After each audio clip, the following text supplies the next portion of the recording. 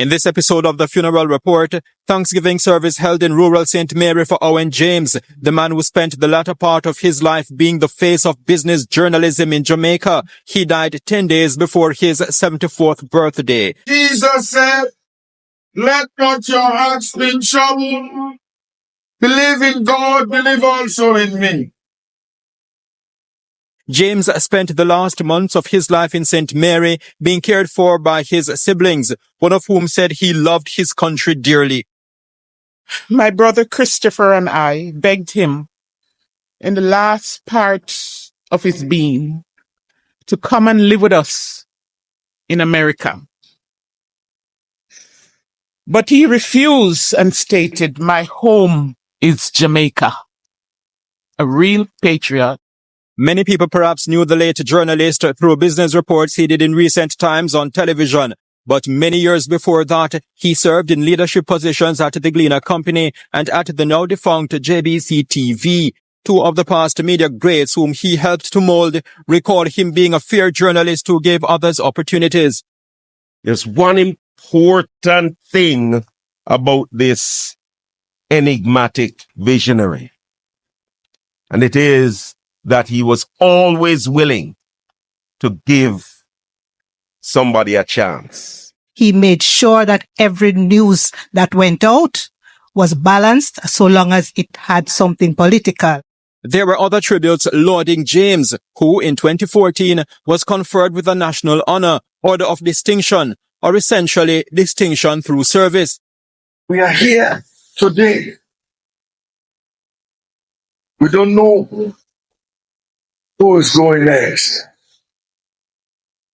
Hold on to Jesus. Ride out the storm. Stay with us for details of this, the Funeral Report, right here on The Beacon, the trendsetter in funeral reporting.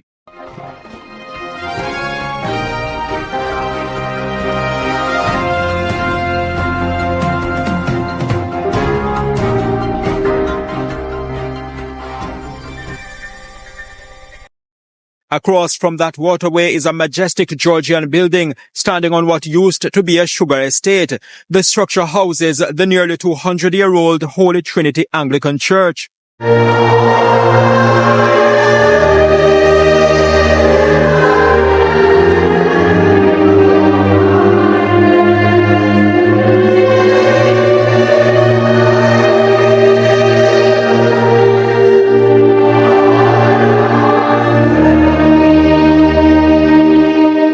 Most of his active adult years were spent in the hustle and bustle of the island's capital, Kingston. But in the twilight of his life, media colossus Owen James journeyed back to this parish, St. Mary, where he partly grew up. Jesus said, "Let not your hearts be troubled.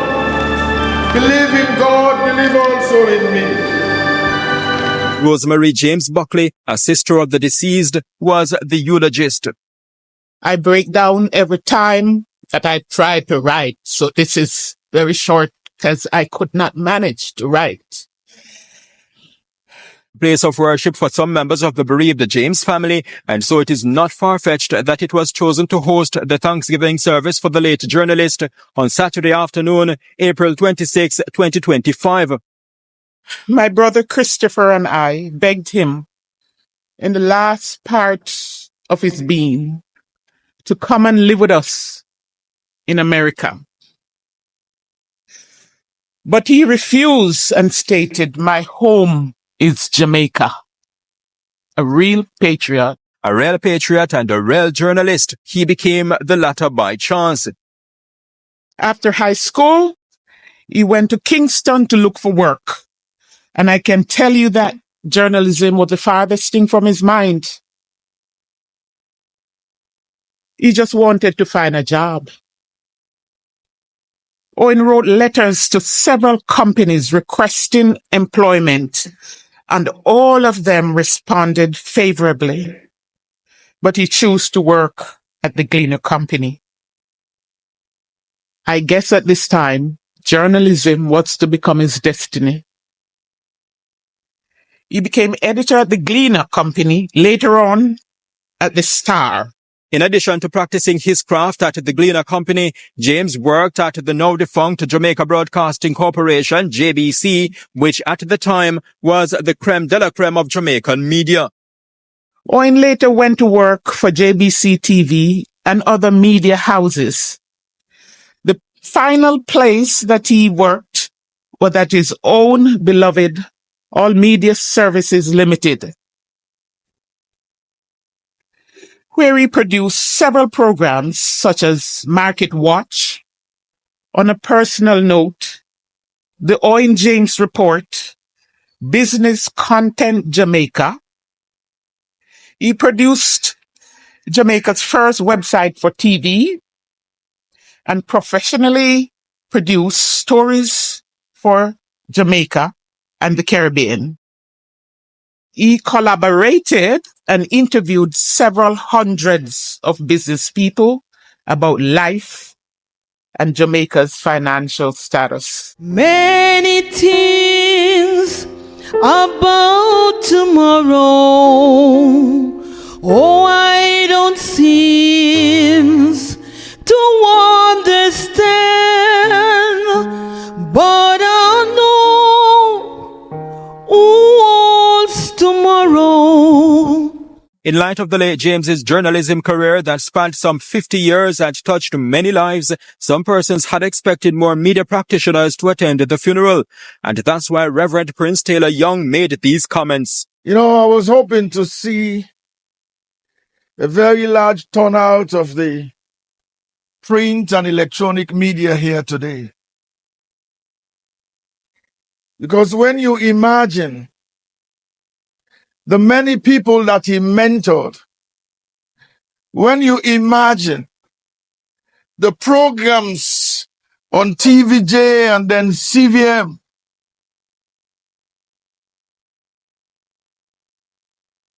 it appears to me that when he came off service, he seemed to have been forgotten. Indeed, not many journalists in attendance, but the Press Association of Jamaica, at the time James died, issued a release speaking glowingly of him and his contribution. The release, in part, said James was a distinguished journalist who played a crucial role in developing other members of the profession.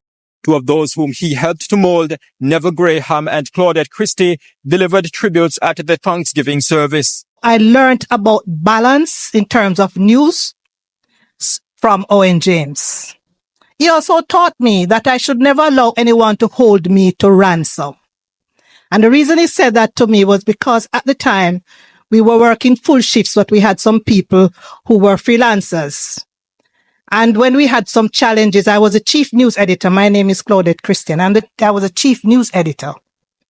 And whenever they were disgruntled about anything, they wouldn't come out to work, and they wouldn't say anything until when my shift ended at 6 o'clock. They'd call and say, "I'm sorry, I'm not coming in."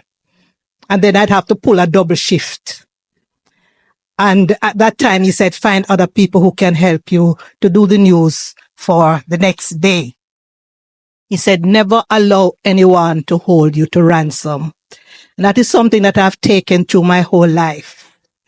If it's a gardener and he can't do the job, I find somebody else. Believe me, I never allow anyone to hold me to ransom.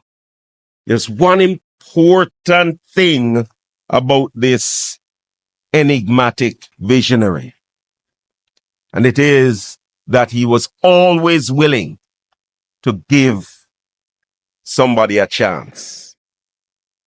Think outside of the box totally and say, there's value in you. Speak of Claudette Christie, who is here. I know she doesn't mind me calling her name.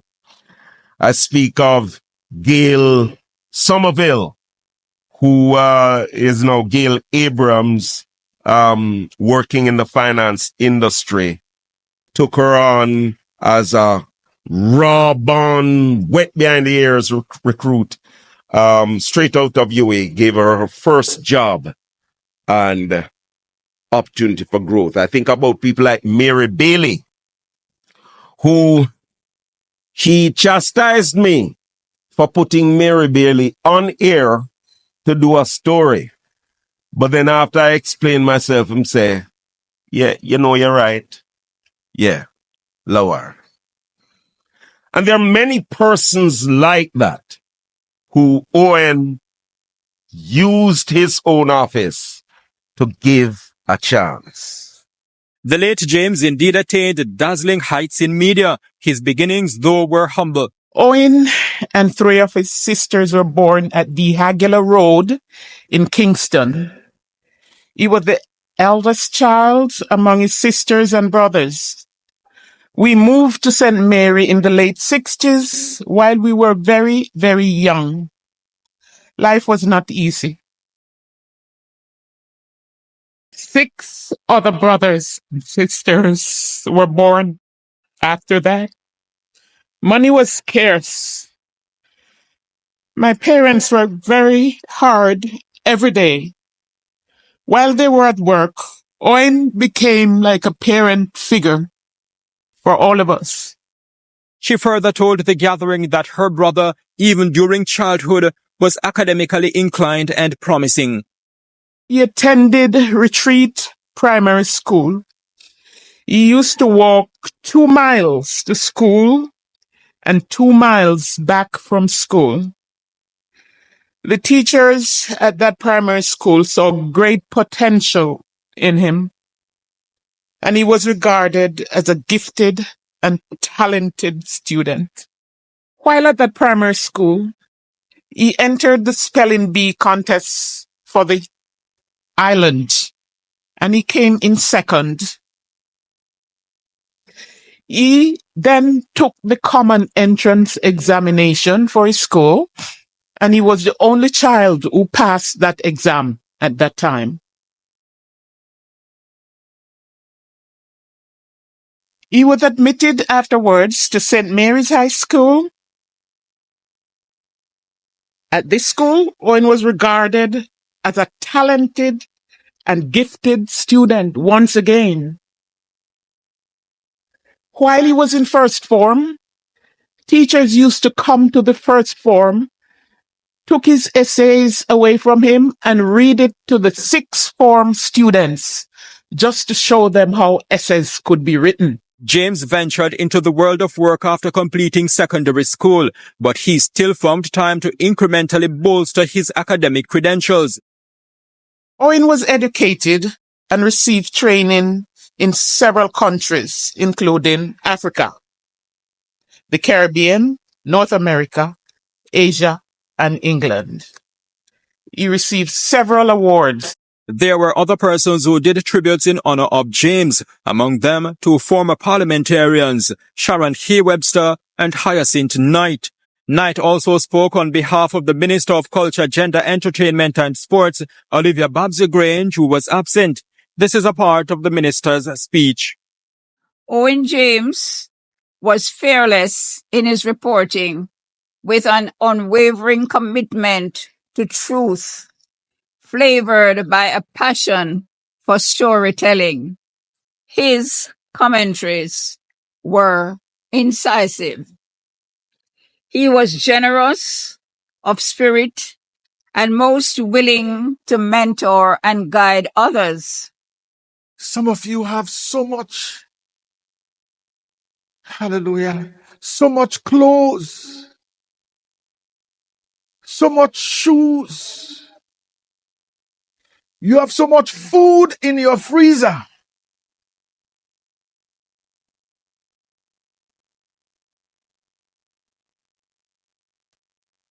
Some of you have fish in that freezer from January 2024.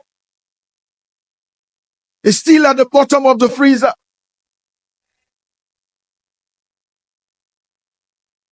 Every time you travel, you buy clothes, you buy shoes. Some of you don't even know the amount of pair of shoes you have. Yet still there are people who don't have any. Where is the love? Where is the kindness? Where is the compassion? James had a son, Alexander, who attended the funeral. When the Thanksgiving service ended, the casket bearing the remains of the distinguished journalist was taken from the church and placed inside a Wellington funeral home hearse.